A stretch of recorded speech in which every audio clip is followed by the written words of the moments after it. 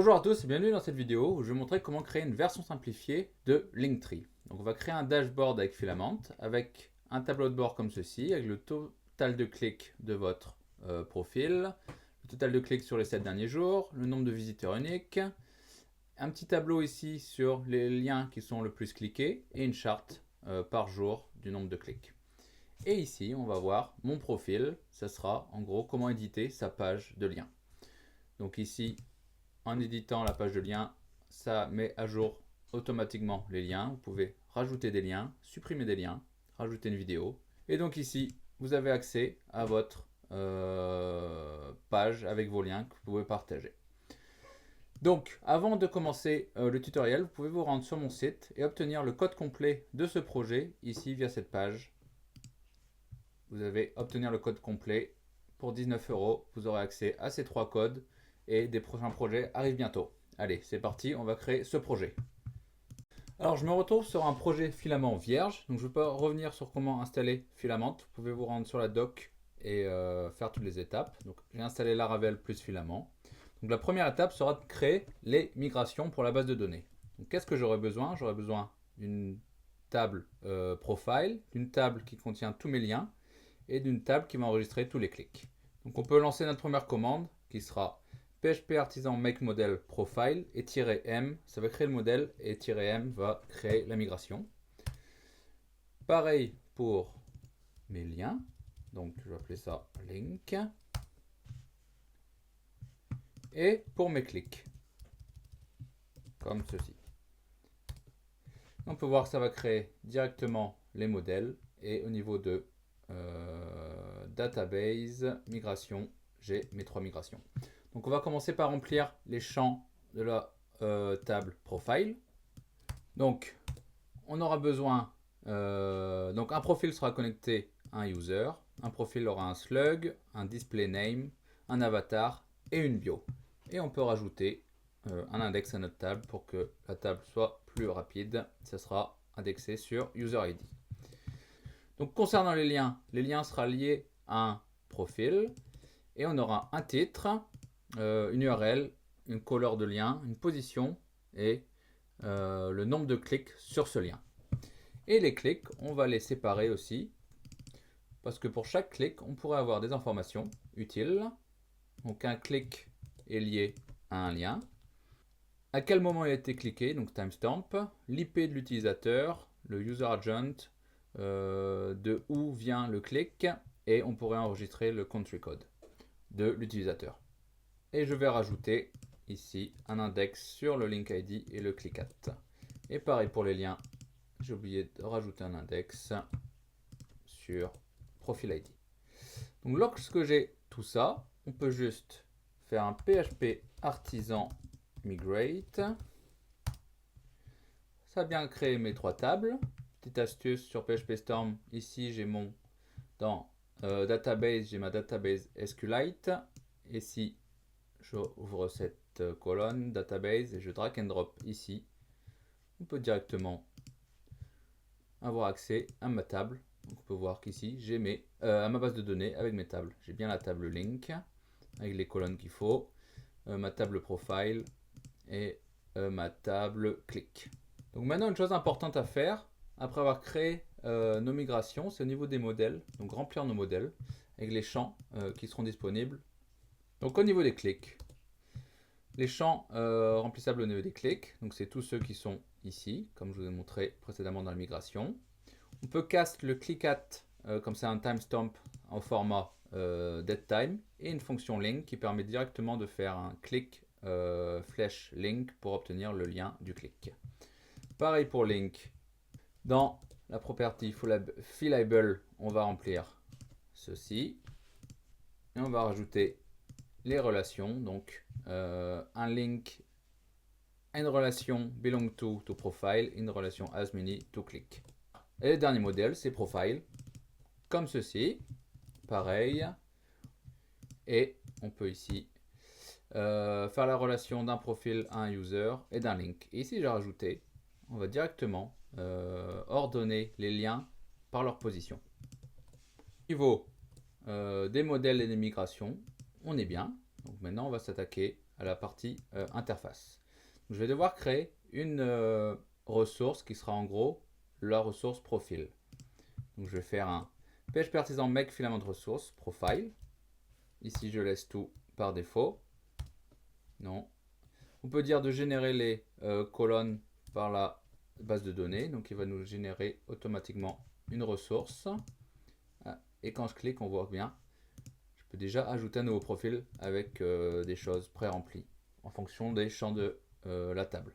Et nous on va complètement modifier ça puisque le résultat final, ça sera quelque chose comme ça. Donc si je me rends, je vais dans app filament, j'ai ma ressource ici, profile ressource. Donc au niveau de cette ressource, la chose qui m'intéresse ici, j'ai pas besoin d'avoir ce tableau de ressources parce que ce tableau de profil, puisque un utilisateur aura un profil. Donc il faudrait en gros ouvrir directement ce form. Donc pour ceci, on va au niveau de profile ressource get page. On va dire que le lien par défaut ici, ça sera aussi create profile, comme ceci. Bon, juste en faisant ça, quand je clique ici, j'ai directement le créer mon profil. Donc maintenant, on va éditer ce formulaire. Donc dans schéma profile form, ici on voit que ce formulaire est créé grâce à ceci. Et on va éditer tout ça. Donc je vais faire un copier-coller de ce que j'ai et je vais vous expliquer. Donc mon formulaire est composé comme ceci. D'une section, on peut voir la section identité qui permet d'éditer en text input le nom, le slug, ajouter un avatar, donc l'image, et une bio.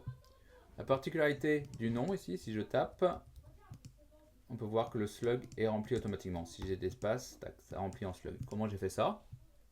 Sur text input, j'ai marqué live on blur, donc on blur ça veut dire quand je désélectionne ce champ, ça va éditer ce champ. Et lorsque ça va trigger le after state updated et ça va set le slug avec l'état de ce champ et une fonction de string qui est directement slug. Les liens, une section lien avec ce qu'on appelle un repeater. Un repeater permet d'afficher comme ceci, voilà, plusieurs blocs qui comprennent plusieurs champs. Donc à chaque fois les mêmes, titre, URL, color, comme ceci. Et on peut voir que pour l'instant il n'y a rien sur le côté, donc ça sera la preview en gros de ce qu'on a édité ici, la preview de notre profil.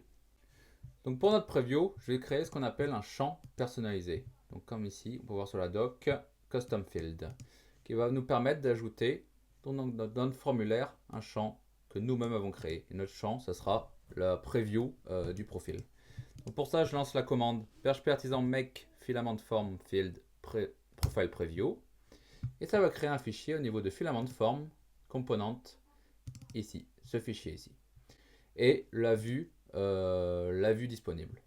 Et donc là, on peut voir que j'ai rajouté le champ profile preview qui s'appelle preview. Et on peut voir qu'ici, il n'y a rien qui s'affiche, mais au moins, il n'y a pas d'erreur. Donc maintenant, la preview, en gros, si on se rend dans ressources, view, filament, profile preview, on va retirer tout ça. En gros, ça va afficher la preview de notre page. Donc, on va devoir créer cette vue. Je vais copier-coller ce que j'avais préparé pour vous. Ici, on va rajouter donc Tywin en faisant un vite voilà, app CSS.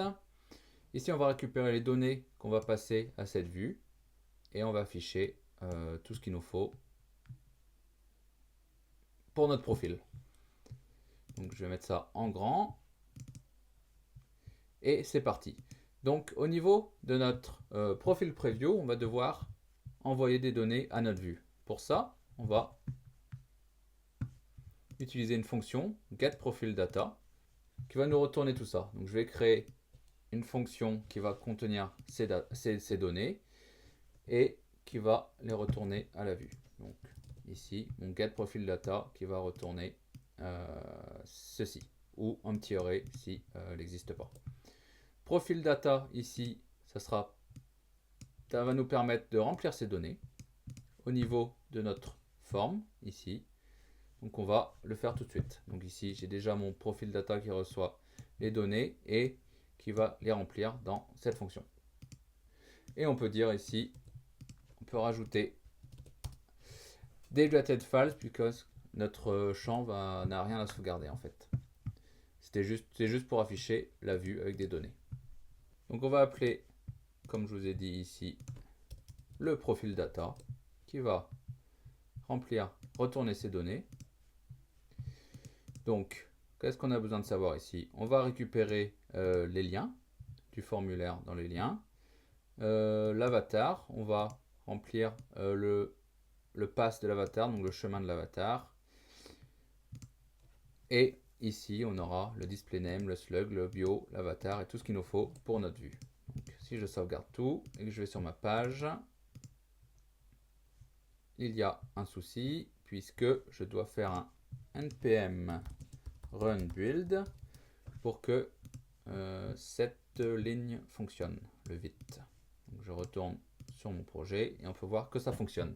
Ça affiche ma preview, donc j'ai rien. Et comme tous les champs sont live, à chaque fois qu'on fait une modification, ça va reload le formulaire et donc mettre à jour ce champ. Donc display name test, on peut voir que ça fonctionne.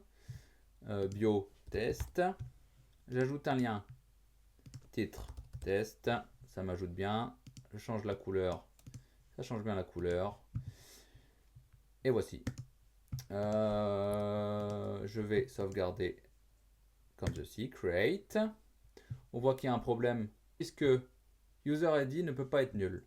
Donc en fait, quand je sauvegarde le profil, il faut le lier à un user ID. Et pour ceci, au niveau de page create, on va ajouter le user ID lorsqu'on crée. Donc, il y a une fonction qui s'appelle mutate form data before create et on va rajouter le user ID au profil quand il sera créé. Donc si je retourne en arrière et je recrée, on peut voir que maintenant ça fonctionne. Donc j'ai bien mon profil, si je vais ici, qui s'est créé. Le problème c'est qu'ici, lorsque je clique ici, ça va me demander de créer un nouveau profil, alors que j'en ai déjà un. Donc là, j'aimerais bien que si j'ai déjà un profil, ça m'affiche le profil et je puisse juste l'éditer. Donc pour ça, pareil sur la page Create Profile, qui est la page qui nous est envoyée par défaut ici, on va créer la fonction mount et on va check s'il y a un profil existant. Si oui, et ben on va rediriger vers la page Edit avec ce profil. Donc si je clique ici, on voit bien que ça me redirige vers Edit et vers mon profil. Et j'ai mon profil qui est rempli automatiquement avec les champs. Donc je vais rajouter un link test https test.test, je mets n'importe quoi, comme ceci, save change, et on voit bien que ça a édité, et lorsque je retourne ici, eh bien, j'ai mes modifications qui sont toujours ici. Ici, j'ai rajouté un lien qui va vers le profil, donc il y a 404, parce que le profil n'existe pas. Donc, je vais tout simplement créer une vue Laravel, mais avant, je vais créer un contrôleur qui va gérer cette vue. Donc ici, je peux faire un PHP artisan make controller public profile controller. Ça va créer au niveau de mon app HTTP controller mon contrôleur. Et au niveau de mes routes, je vais dire web.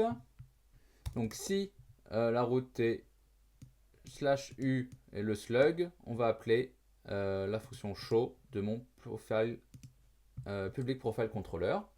Et on va créer cette fonction show ici comme ceci. La fonction show va récupérer via le slug le profile. Si on ne le trouve pas, on fait un 404 et sinon on affiche la vue profile index. Donc au niveau de ressources view, je vais créer un dossier profile et index.blade.php et on va faire echo test et on va voir si ça fonctionne. Lorsque j'actualise, j'essaie d'accéder à ma page, on voit bien que ça affiche la bonne page. Donc je ne vais pas expliquer comment j'ai créé cette page. En gros, c'est presque la même que la preview. Le profil avec la bio et les liens. Et j'actualise. Oh, profil public link redirect ne fonctionne pas puisque pour chaque lien, je ne vais pas appeler le lien directement.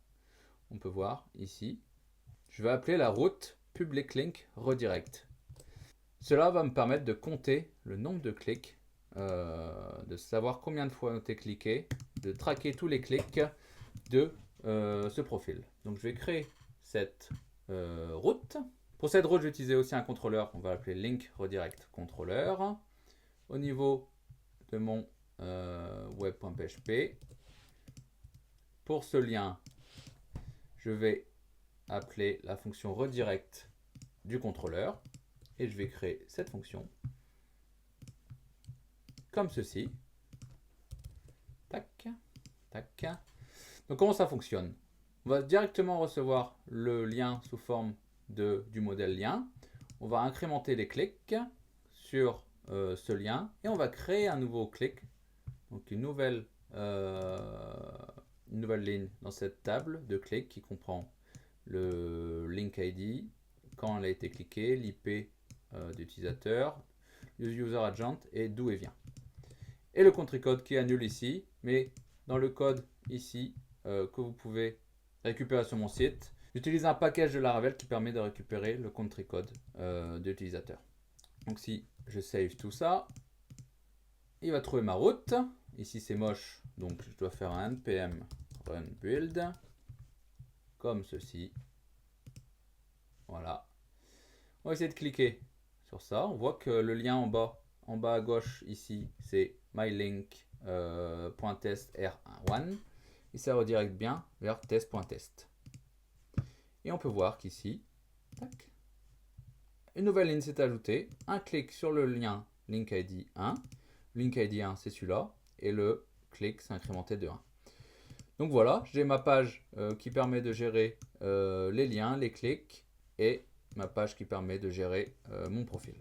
Donc maintenant, on va essayer de créer ce tableau de bord qui permet de voir le nombre de clics, etc. Donc on va devoir créer 3 cases ici, une charte et un tableau.